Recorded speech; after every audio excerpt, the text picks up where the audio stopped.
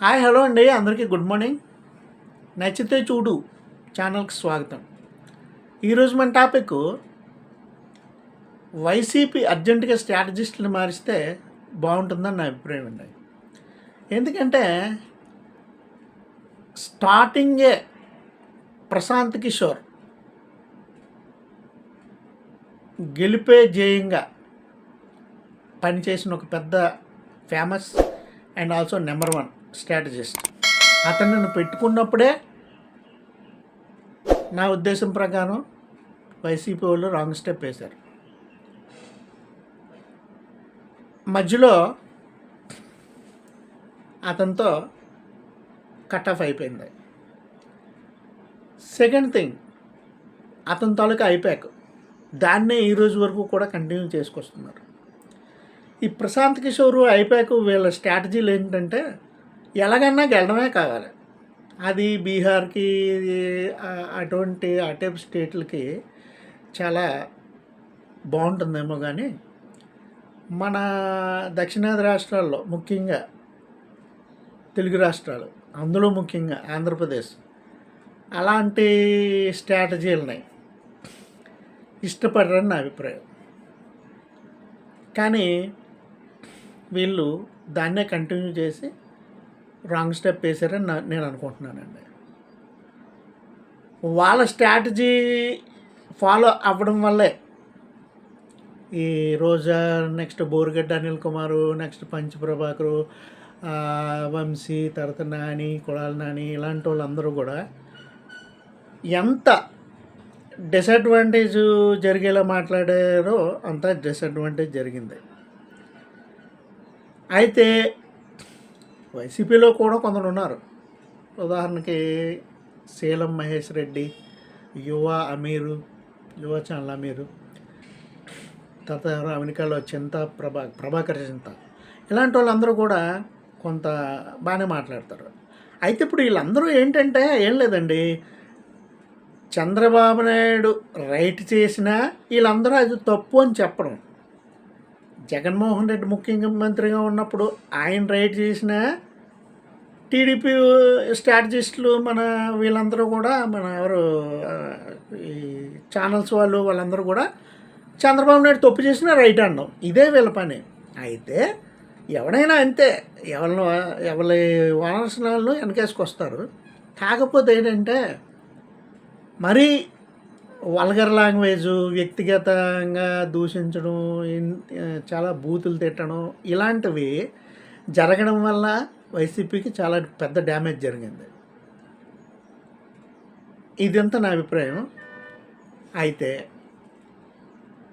ఈ చింతా ప్రభాకరు వీళ్ళందరూ చెప్పాను చూడండి, వీళ్ళందరూ కూడా ఏం లేదు, జగన్మోహన్ రెడ్డి తప్పు చేసినా రైట్ చేశాడని ఎవరు, రైట్ చేసినా చంద్రబాబు నాయుడు తప్పు చేశాడు అను, వీళ్ళ పని ఇదే. కానీ ఒక సిస్టమేటిక్గా, ఒక పద్ధతిగా వీళ్ళందరూ మాట్లాడేవారు. ఎవరు, చింతా ప్రభాకరు, తర్వాత ఇందాక చెప్పిన వాళ్ళందరూ, శ్రీరెడ్డి, రోజా మేడము, వీళ్ళంతా కూడా ఇంకా తప్పుని రైట్ అన్నా, రైట్ అని తప్పు అని సమర్థించుకున్నా మరీ చాలా బ్యాడ్ లాంగ్వేజ్తో, చాలా హీనంగా, వ్యక్తిగత దోషణలతో సర్వనాశనం జరిగిపోవడానికి ప్రధాన కారకులు అయిపోయారు. ఇదంతా ఇప్పుడే ఎందుకు చెప్పుకొస్తున్నానంటే మొన్న జరిగిన కొమ్మినేని కృష్ణరాజుల ఇన్సిడెంట్ దగ్గర నుంచి దాని గురించి టాపిక్లోకి వస్తే, ఇప్పటికీ కూడా వైసీపీ ఎందుకు ఓడిపోయాము, ఇంత ఘోరంగా 11 సీట్లకి ఎందుకు పరిమితం అయిపోయాము అని అసలు వాళ్ళు సమీక్ష చేసుకున్నారా లేదా అని నాకు ఇప్పుడైతే డౌట్ వస్తుందండి. సమీక్ష చేసుకోకుండా కేవలం మేము ఇస్తున్న దానికన్నా గొప్ప మేనిఫెస్టో ప్రకటించేసి చంద్రబాబు నాయుడు, టీడీపీ మహాకూటమి తప్పుడు మేనిఫెస్టో ప్రకటించి మాకన్నా గొప్పది ప్రకటించేసి గెలిచేశారు అనే భ్రమలో కనుక ఉన్నారేమో అని నా డౌట్ అండి. మేనిఫెస్టో ఇంపార్టెంట్ అనుకుంటే అది తప్పండి. ఎందుకంటే సపోజు ఒక స్టేట్లో ఒక ఎలక్షన్ జరుగుతుందనుకోండి, 2 ప్రధాన పార్టీలు ఉన్నాయనుకోండి, ఏదో ఒక పార్టీ ముందు మేనిఫెస్టో ప్రకటిస్తుంది. ఏంటంటే, నేను 500 ఇస్తాను, నేను వీళ్ళకి ఇల్లు ఇస్తాను, నేను వాళ్ళకి అది ఇస్తాను అని ఫస్ట్ పార్టీ చెప్పిందనుకోండి. ఆ మేనిఫెస్టోని చూసి రెండో పార్టీ నేను 550 ఇస్తాను, నేను 2 ఇల్లులు ఇస్తాను, నేను ఇంకా వాళ్ళ మీద ₹1 ఎక్స్ట్రా ఇస్తానని చెప్తే రెండో పార్టీ గెలిచేస్తుందా? మేనిఫెస్టోలు ఇంపార్టెంట్ అయితే అంతే కదా. నేను ముందు వీడియోలో చెప్పాను, ఏది కూడా ఒక గెలుపుకి 1,00,000 కారణాలు ఉంటాయి, ఒక ఓటమికైనా అంతే 1,00,000 కారణాలు ఉంటాయి. అందులో ఒక గెలుపుకి మేనిఫెస్టో ఒక కారణం అయ్యి ఉండొచ్చు, కానీ అదే కారణం అయ్యి అనుకుంటే మాత్రం తప్పండి. సో వైసీపీ ఓటమికి అనేక కారణాలు ఉన్నాయి. అందులో మన ఇందాక చెప్పినట్టు బూతులు తిట్టుకోవడాలు, అతలాకుతలం చేసుకొని ఒకటి. రెండోది వచ్చి మేనిఫెస్టో కూడా వీళ్ళు గొప్పగా ప్రకటించి ఉండొచ్చు, అది వీళ్ళొకరు ఫెయిల్ అవ్వచ్చు, ఏదో అవ్వచ్చు. కానీ ఇప్పటికీ కూడా మరి ఐపాక్ సర్వే చెప్తుందా, వాళ్ళనే ఫాలో అవుతున్నారా, మరి స్ట్రాటజిస్టులు ఎవరు చెప్తున్నారో ఏంటో నాకైతే తెలియదు. కానీ కంటిన్యూస్గా ఇప్పటికీ కూడా వైసీపీ సెల్ఫ్ గోల్స్ వేసుకుంటూనే వెళ్తుంది. నా అభిప్రాయం ప్రకారం 2029లో మహాకూటమి గెలుస్తుంది. నేను మొన్న కూడా వీడియోలో చెప్పుకున్నాను. ఇదంతా కేవలం నా అభిప్రాయం. 2034 100% జగన్ గారు గెలుస్తారని మొన్నటి వరకు నేను అనుకుంటూ వస్తున్నాను. బట్ వీళ్ళు ఇదే సెల్ఫ్ గోల్స్ కంటిన్యూగా వేసుకుంటా కనుక వెళ్తే మరి ఎటు వెళ్తుందో ఈ రాష్ట్రం నాకైతే ఏమీ అర్థం కాలేదు.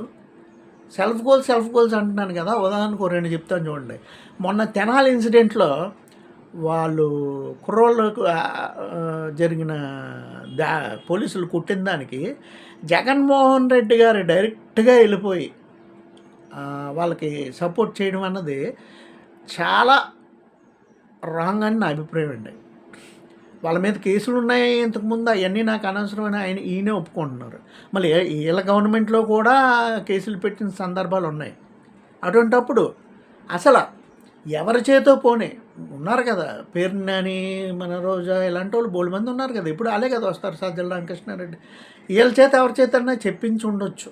బట్ అలా డైరెక్ట్గా 10-15 కేసులున్న 3 కుర్రోళ్ళ దగ్గరికి వెళ్ళి, గంజాయి స్మగ్లింగ్ కేసులు ఉన్న వాళ్ళ దగ్గరికి వెళ్ళి వాళ్ళని పోలీసులు డైరెక్ట్గా కొట్టడం అన్నది రాంగ్ అని సపోర్ట్ చేయడం అన్నది నా దృష్టిలో రాంగ్ స్టెప్. ఒకటో స్టెప్ సెల్ఫ్ గోల్. రెండోది కృష్ణరాజు, కొమ్మినేని శ్రీనివాసరావు గారు అందరూ టీడీపీ మన మహాకుటుంబం వాళ్ళ అబ్జెక్ట్ చేస్తున్నట్టుగా కరెక్టే. 4 రోజుల ముందు లక్ష్మీపార్తి గారి విషయంలో కాలర్ మీద చాలా ఘోరంగా ఎగిరారు. బట్ ఈ సందర్భంలో మాత్రం నవ్వుతూ ఎటకారంగా మాట్లాడారు. చూసుకోండి, మీ మీద మీడియా వాళ్ళు పడతారు అన్నట్టుగా అది నేను చూశాను. కాబట్టి ఆ విషయంలో కొమ్మినేని గారు చిన్న రాంగ్ స్టెప్ వేశారు. బట్ కృష్ణరాజు గారు వేసింది మాత్రం చాలా పెద్ద రాంగ్ స్టెప్ ఏంటి, చాలా ఘోరమైన తప్పుదు. ఒక ఏరియా, ఒక ప్రాంతం మొత్తాన్ని సెక్స్ వర్కర్లతో పోల్చారు. అది చాలా రాంగ్. ఆయన కావాలన్నారా అవన్నీ నేను మాట్లాడదలుచుకోలేదు, అంత ఇన్డెప్త్ నాకైతే తెలియదు. కానీ బట్ ఆయన చేసింది చాలా పెద్ద తప్పు. మర్నాడు కూడా ఖండన కాదు, సమర్థించుకుంటున్నారు ఆ పేపర్లు చూపించి. ఆ మర్నాడు ఇంకో దానిలో కూడా సేమ్ అంతే. సారీ, నాది తప్పు అయితే ఎవరైనా అడిగితే క్షమాపణ చెప్తాను అన్నారు తప్పితే నాది తప్పైంది నెక్స్ట్ నన్ను క్షమించండి అని అంటలేదు. ఎవరైనా అడిగితే క్షమాపణ చెప్పారు. ఎవరు అడుగుతారు? ఎవరు అడగరు కదా, మిమ్మల్ని డైరెక్ట్గా వచ్చి ఎవరు అడుగుతారు? అది తప్పు అనిపించింది జనాలకి, రెవల్యూషన్ వచ్చింది, సో మీరే తప్పు చెప్పాలి. మన కొమ్మినేని గారు కూడా మర్నాడు వివరణ ఇచ్చారు, కానీ డైరెక్ట్గా ఈ మహిళలకి ఇవ్వకుండా మన జగన్ గారికిన్నో భారతి గారికిన్నో క్షమాపణ చెప్పారు. అది మరి ఎందుకు అలా చేశారో అయినా తెలియదు. అయితే దానిని ఇప్పటికీ కూడా మన వైసీపీ పార్టీ సమర్థించుకుంటూ వెళ్తుంది. అది ఖచ్చితంగా రెండో సెల్ఫ్ గోలే, సమర్థించుకోకర్లేదు. అన్ఫార్చునేట్లీ అతను గెస్ట్ అనేసాడు. కొమ్మినేని శ్రీనివాసరావు గారు ఆ టైంలో చెప్పలేపారు, ఇదిగో ఈ టైంలో ఆయన చెప్తున్నారు క్షమించమని. ఇక్కడితో అయిపోయింది. దీనికి భారతిరెడ్డి గారు వాళ్ళతో జగన్ గారికి వాళ్ళకేం సంబంధం ఉంది అంటే సరిపోయారు. కానీ విత్తండం ఇరకతరకంగా వాదించుకెళ్తూ ఉన్నారు. టీడీపీ వాళ్ళు కూడా దీనికి మేనేజ్మెంట్ని బాధ్యులను చేయడం అన్నది నా దృష్టిలో రాంగ్ స్టెప్.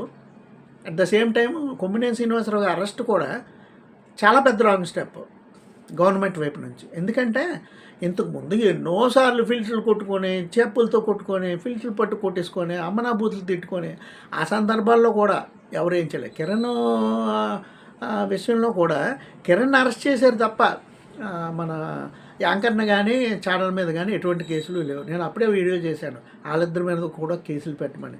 కావాలంటే ముందు నా వీడియోస్ చెక్ చేసుకుంటే నేను ఆ రోజే చెప్పాను యాంకర్ని ఛానల్ మీద కూడా కేసులు పెట్టాలని. ఇప్పుడైతే కొమ్మినేని శ్రీనివాసరావు గారి మీద కేసు పెట్టారు. కొమ్మినేని శ్రీనివాసరావు గారు చేసింది చిన్న మిస్టేకే కానీ అరెస్ట్ చేసేసి 14 రోజులు రిమాండ్ వేసేటంత తప్పు అయితే కాదు. పిలిచి ఎంక్వైరీ చేసి బుద్ధి లేదా అని చెప్పి ఒక మాట అనేసి ఉంటే సరిపోనేమో అని నా అభిప్రాయం అండి. సో వైసీపీ వాళ్ళు సెల్ఫ్ గోల్స్ వేసుకోకుండా ఇప్పటికన్నా స్ట్రాటజిస్టులు స్ట్రాటజీస్ మార్చి సూపర్ 6 అమలు జరగట్లేదు అని మీరు అనుకుంటే వాటి మీద పోరాడండి. ఈ వల్గర్ లాంగ్వేజ్తో ఇష్టం వచ్చినట్టు హేళనగా మాట్లాడుతూ చులకనగా మాట్లాడుతూ ఉన్న వాళ్ళని మాట్లాడించకుండా, కొంతమంది ఉన్నారు పేర్నినాని అంబటి రాంబాబు వీళ్ళు చక్కగానే మాట్లాడతారు. అంటే ఎటకారం పాళ్ళు అవి ఉన్నా మరీ వ్యక్తిగతంగా వెళ్ళిపోరు. కానీ వాళ్ళు చెప్తున్నది, నేను వాళ్ళు మాట్లాడుతుంది రైట్ అంటలేదు. ఏ పార్టీ వాళ్ళైనా ఆ పార్టీ మేనేజ్మెంట్ తప్పు చేసినా వాళ్ళకి సపోర్ట్గా మాట్లాడుకుంటారు. దానిని ఎలాగ ఉండాలంటే సమర్థన ఒక ప్రాపర్ దీనిలో ఉండాలి, అంతే తప్ప బూతులతో అవతల వాళ్ళని వ్యక్తిగతంగా వెళ్ళకూడదు అన్నదే నా ఉద్దేశం. సో అంబటి రాంబాబు పేర్నినాని వీళ్ళు కూడా చక్కగానే మాట్లాడతారు, మరీ ఘోరంగా బూతులతో మాట్లాడరు. కాబట్టి అలాంటి వాళ్ళ చేత వీటి మీద సూపర్ 6 నెక్స్ట్ గవర్నమెంట్ సైడ్ నుంచి ఏమైనా తప్పులు జరిగితే వాటి మీద మాట్లాడితే ముందు ప్రజలు మళ్ళీ మీకు పట్టం కట్టడానికి అవకాశం ఉంటుంది. ఇప్పటికైనా 3.5 సంవత్సరాల టైం ఉంది కాబట్టి ఇప్పటికైనా మీ స్ట్రాటజీలు మార్చుకుంటే మంచిదని నా అభిప్రాయం. బట్ ఇదే కంటిన్యూగా సెల్ఫ్ గోల్స్ వేసుకుంటే వెళ్తే మాత్రం వైసీపీయే ఇబ్బంది పడుతుంది. ఇది నా అభిప్రాయం. నా అభిప్రాయం రైట్ అనిపిస్తే 10 మందికి షేర్ చేసి లైక్ చేయండి. కంపల్సరీ సబ్స్క్రైబ్ చేయండి. నేను ఏ పార్టీకి సంబంధించిన కాదని మీకు ఇప్పటికైనా అర్థమైతే సబ్స్క్రైబ్ చేయండి. చాలామంది సబ్స్క్రైబ్ చేయట్లేదు, చూసి ఆపేస్తున్నారు. సో కంపల్సరీ సబ్స్క్రైబ్ చేయండి. ఇదే వీడియో.